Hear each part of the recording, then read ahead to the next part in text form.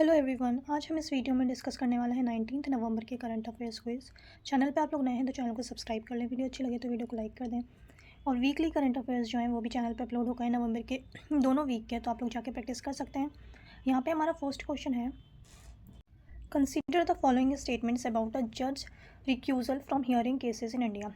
सो जज जो है कब रिक्यूज़ कर सकते हैं किसी भी केस में। सो यहाँ पे फर्स्ट स्टेटमेंट है, अ जज may recuse themselves from a case if there is a conflict of interest either personal or professional.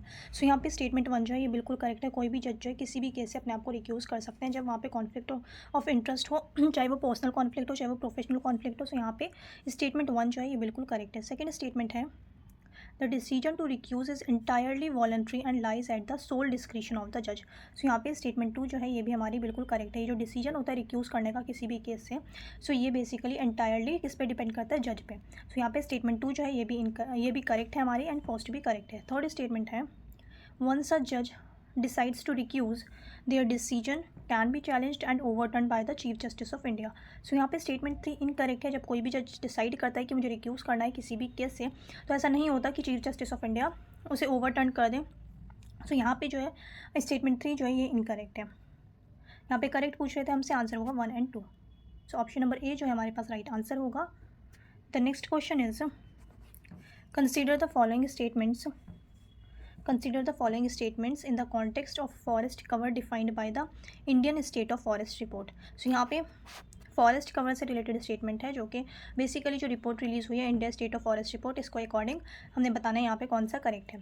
So यहाँ पे स्टेटमेंट 1 है, all lands measuring more than 1 hectare with a tree canopy of more than 10% irrespective of ownership and legal status. So यहाँ पे अगर हम statement 1 की बात करें तो स्टेटमेंट 1 हमारी बिल्कुल करेक्ट स्टेटमेंट है। सेकेंड स्टेटमेंट है, includes tree patches of less than 1 hectare located outside designated forest areas. So यहाँ पे स्टेटमेंट 2 जो है ये भी बिल्कुल करेक्ट है। स्टेटमेंट 1 भी हमारी करेक्ट है। थर्ड स्टेटमेंट है, excludes orchards bamboo and palm plantations from the definition of forest cover.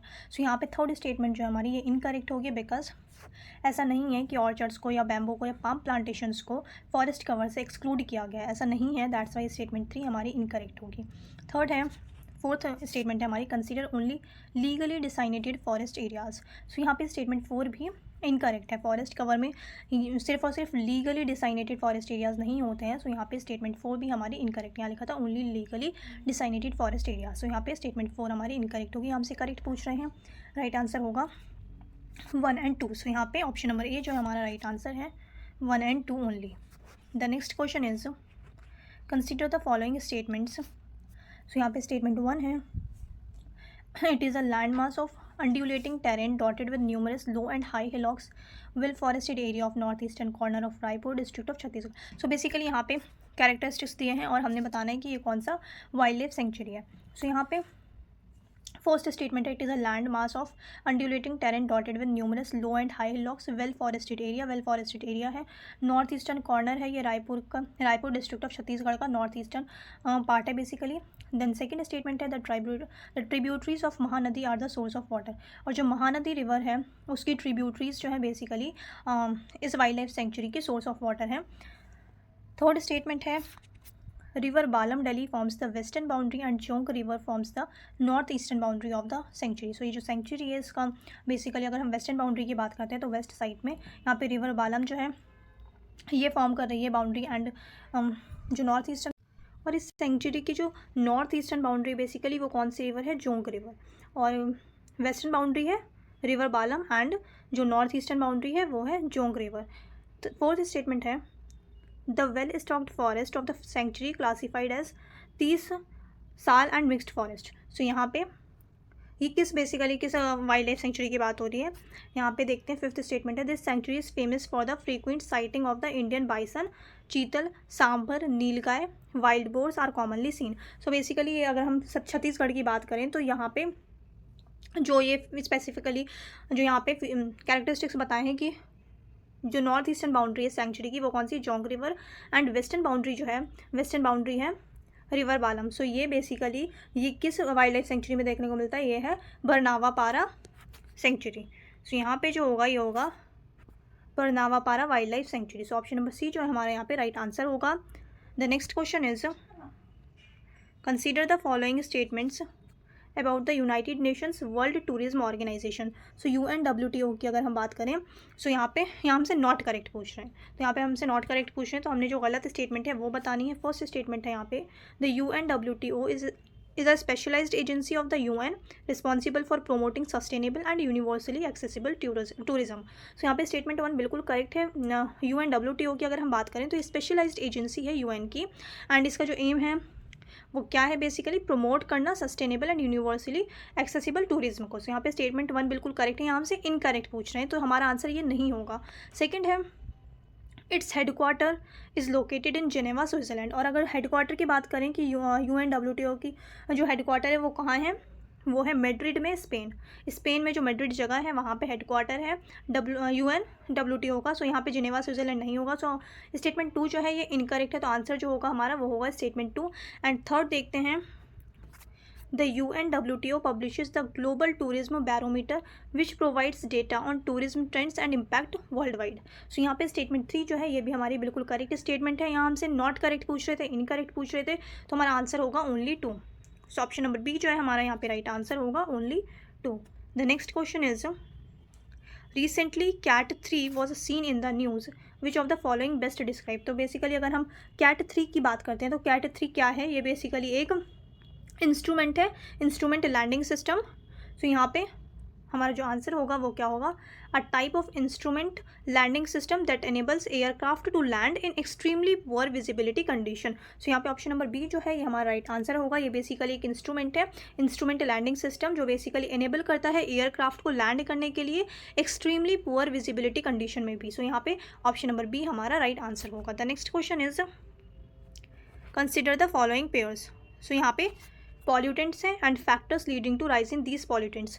So pollutants की अगर हम बात करें, यहाँ पे पर्टिकुलेट मैटर PM10 किसकी वजह से होता है, ये कंस्ट्रक्शन एंड डेमोलिशन की वजह से। सो यहाँ पे स्टेटमेंट 1 ये पेयर 1 जो है हमारा ये बिल्कुल करेक्ट है। सो PM10 जो है पर्टिकुलेट मैटर, ये बेसिकली किसकी वजह से होता है, कंस्ट्रक्शन एंड डेमोलिशन की वजह से होता है।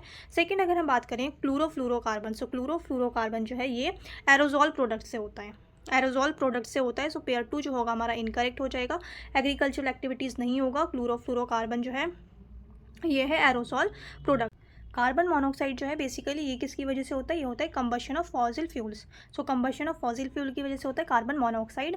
सो यहाँ पे जो हमारा पेयर 3 है ये भी हमारा इनकरेक्ट होगा, पेयर 2 भी हमारा इनकरेक्ट होगा, बिकॉज क्लोरोफ्लोरोकार्बन जो है क्लोरोफ्लोरोकार्बन ये होता है एरोजॉल प्रोडक्ट्स की वजह से। कार्बन मोनोऑक्साइड का जो फैक्टर है, leading factor to rise in pollutants, वो पॉल्यूटेंट क्या है बेसिकली, वो क्या रीज़न है, फैक्टर क्या है, कंबशन ऑफ फॉसिल फ्यूल। सो यहाँ पे पेयर 3 भी हमारा इनकरेक्ट है। फोर्थ पेयर है यहाँ पे सल्फर डाइऑक्साइड। तो सल्फर डाइऑक्साइड की अगर हम बात करें तो ये सबसे ज़्यादा वोल्केनिक इरप्शन की वजह से होता है। सो यहाँ पे स्टेटमेंट 4 पेयर 4 जो है बिल्कुल करेक्ट है। पेयर 1 जो है ये भी बिल्कुल करेक्ट है, पार्टिकुलेट मैटर होता है कंस्ट्रक्शन एंड डेमोलिशन की वजह से। क्लोरोफ्लोरोकार्बन की अगर हम बात करें तो क्लोरोफ्लोरोकार्बन होता है एरोजॉल प्रोडक्ट्स की वजह से। कार्बन मोनोऑक्साइड की बात करें, कार्बन मोनोऑक्साइड होता है combustion of fossil fuels, and sulphur dioxide for volcanic eruptions. So यहाँ पे 2 पेयर जो है हमारे बिल्कुल करेक्ट है और 2 इनकरेक्ट है। सो यहाँ पे हमारा आंसर होगा ओनली 2। यहाँ पे हमसे करेक्टली मैच पूछ रहे हैं, correctly match only 2। So option number B जो है यहाँ पे हमारा राइट आंसर होगा। The next question is, consider the following with reference to the right to information act. So right to information act की अगर हम बात करें, The main objective of the RTI Act is to promote transparency and accountability in the working of the government. So statement 1 यहाँ हमारी बिल्कुल correct है। RTI का जो बेसिकली एम है, ऑब्जेक्टिव है, वो क्या है, प्रमोट करना ट्रांसपेरेंसी एंड अकाउंटेबिलिटी को। किसकी ट्रांसपेरेंसी एंड अकाउंटेबिलिटी, ये गवर्नमेंट ऑफिस की, गवर्नमेंट वर्किंग की अकाउंटेबिलिटी एंड ट्रांसपेरेंसी की जो प्रमोट करना है बेसिकली। सो ट्रांसपेरेंसी प्रमोट करना, अकाउंटेबिलिटी प्रमोट करना। सो यहाँ पे इसका मेन ऑब्जेक्टिव है किसका, RTI का। सो यहाँ पे स्टेटमेंट 1 है हमारे बिल्कुल करेक्ट है।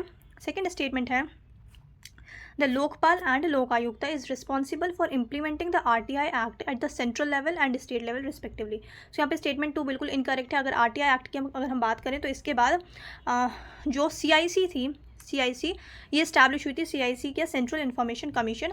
ये सेंट्रल इन्फॉर्मेशन कमीशन जो है ये रिस्पॉन्सिबल होता है RTI एक्ट को इम्प्लीमेंट करने की जो जिम्मेदारी है वो किसकी है, सेंट्रल इन्फॉर्मेशन कमीशन की। सो यहाँ पे स्टेटमेंट 2 इनकरेक्ट है। नेक्स्ट स्टेटमेंट है यहाँ पे, an applicant is required to receive a response to their request within 30 days. तो यहाँ पे थर्ड स्टेटमेंट हमारी बिल्कुल करेक्ट है। अगर RTI एक्ट के अंदर कुछ भी पूछा जाता है तो उसका जो टाइम लिमिट होता है वो होता है 30 डेज। सो यहाँ पे स्टेटमेंट 3 बिल्कुल करेक्ट है। फोर्थ स्टेटमेंट है, information related to related to national security is exempted from disclosure under the RTI act. So यहाँ पे स्टेटमेंट 4 जो है ये भी बिल्कुल करेक्ट है। जो इन्फॉर्मेशन होती है नेशनल सिक्योरिटी से रिलेटेड वो एग्जेम्प्ट किया गया, मतलब आरटीआई एक्ट से बाहर रखा गया है कि इससे रिलेटेड कोई भी क्वेश्चन नहीं पूछ सकता, और अगर किसी ने क्वेश्चन पूछा तो वो ये कंपलसरी नहीं है कि उनको उनका जवाब मिले बिकॉज ऑफ नेशनल सिक्योरिटी। सो यहाँ पे स्टेटमेंट 4 जो है ये बिल्कुल करेक्ट है। यहाँ पे हमसे करेक्ट पूछ रहे तो 3 स्टेटमेंट्स हमारे पास करेक्ट है, सेकंड इनकरेक्ट है बिकॉज जो हमारी इम्प्लीमेंटिंग एजेंसी है वो क्या है, CIC सेंट्रल इन्फॉर्मेशन कमीशन। सो यहाँ पे हमारा जो आंसर होगा वो होगा ओनली 3, ऑप्शन नंबर सी जो है यहाँ पे राइट आंसर होगा। The next question is which of the following statements are correct in respect of G20। सो यहाँ पे करेक्ट स्टेटमेंट पूछ रहे हैं हमसे G20 से रिलेटेड। सो स्टेटमेंट 1 है the G20 summit in 2023 was held in India. So यहाँ पे स्टेटमेंट 1 बिल्कुल करेक्ट है। लास्ट ईयर 2023 में G20 समिट जो हुई थी वो कहाँ हुई थी, इंडिया में हुई थी, और बेसिकली कहाँ, न्यू दिल्ली में। स्पेसिफिकली अगर हम बात करें तो कहाँ हुई थी, न्यू दिल्ली में हुई थी, एंड सितंबर में हुई थी, सितंबर 9 to 10। सो 9 to 10 सितंबर को G20 समिट हुई थी न्यू दिल्ली में, इंडिया में। सो यहाँ पे स्टेटमेंट 1 जो है ये बिल्कुल करेक्ट है। सेकंड स्टेटमेंट है the UN has the largest economy bye nominal GDP in G20। सो यहाँ पे स्टेटमेंट 2 जो है ये भी बिल्कुल करेक्ट है, स्टेटमेंट 1 भी बिल्कुल करेक्ट है। थर्ड स्टेटमेंट है the G20 summit usually occurs in every 2 years। सो यहाँ पे ये इनकरेक्ट है बिकॉज G20 समिट जो होता है ये एनुअली होती है। सो ये बेसिकली जो समिट है ये एनुअली होती है, ना कि हर 2 साल में, हर साल होती है, एनुअली होती है, ना कि बाय एनुअली। सो यहाँ पे स्टेटमेंट 3 जो है ये हमारी इनकरेक्ट स्टेटमेंट है। यहाँ हमसे करेक्ट पूछ रहे थे, करेक्ट है 1 and 2। So option number A जो होगा यहाँ पे हमारा राइट आंसर होगा 1 and 2 only. The next question is which of the following was a major theme of the voice of the global south conference. So voice of the global south conference जो basically theme था इसका, ये क्या है, किस चीज़ के लिए। So ये basically global financial system and their impact on the global south. So option number C जो होगा यहाँ पे राइट आंसर होगा।